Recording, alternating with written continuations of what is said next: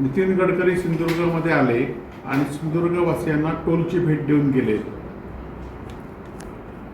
सिंधुदुर्गातील महामार्ग किंवा मुंबई गोवा महामार्ग अपुरा आहेत म्हणून एकीकडे नितीन गडकरींनी माफी मागितली आणि आम्ही त्यावेळेस मागणी केली होती माफी म्हणण्यापेक्षा टोल माफी करा.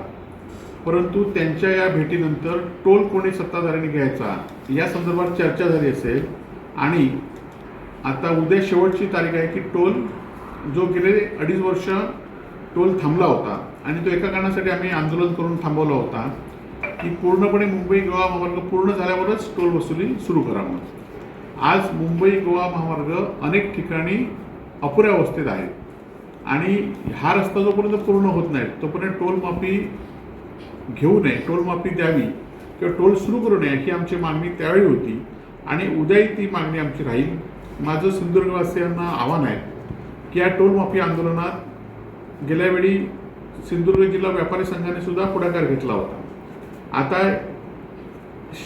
जिल्ह्यातील नागरिकांनी वेगवेगळ्या संघटनांनी या पुढाकार घ्यावा, कारण जोपर्यंत टोल जरी नितीन गडकरी म्हणाले की ह्या महिन्यामध्ये हा रस्ता पूर्ण होईल तरी पण मुंबई गोवा मार्ग अजूनही 1-1.5 वर्ष पूर्ण होणार नाही आणि हा पूर्ण झाल्यावरच टोल घ्यावी ही आमची मागणी आहे.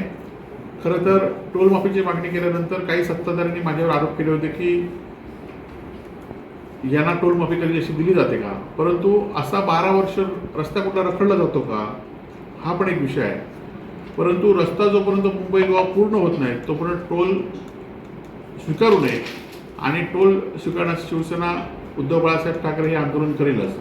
परंतु नागरिकांनी सुद्धा या आंदोलनामध्ये सक्रिय सहभाग घेतला की त्यांनी पण या गोष्टीला विरोध दिला पाहिजे, कारण एकदा 3 महिन्याचे टेंडर एकदा सुरू झालं की हे टेंडर कायम अस्तित्वात येईल. पोलीस दपटशाहीचा वापर केला जाईल, कारण सत्ताधारीच यामध्ये ह्या टोलमध्ये गुंतलेले असल्यामुळे याचा पोलीस बळाचा वापर केला जाईल आणि त्यामुळे हे आंदोलन संपूर्ण सिंधुदुर्गवासियांनी या आंदोलनामध्ये सहभाग घ्यावा असं आमचं आव्हान आहे.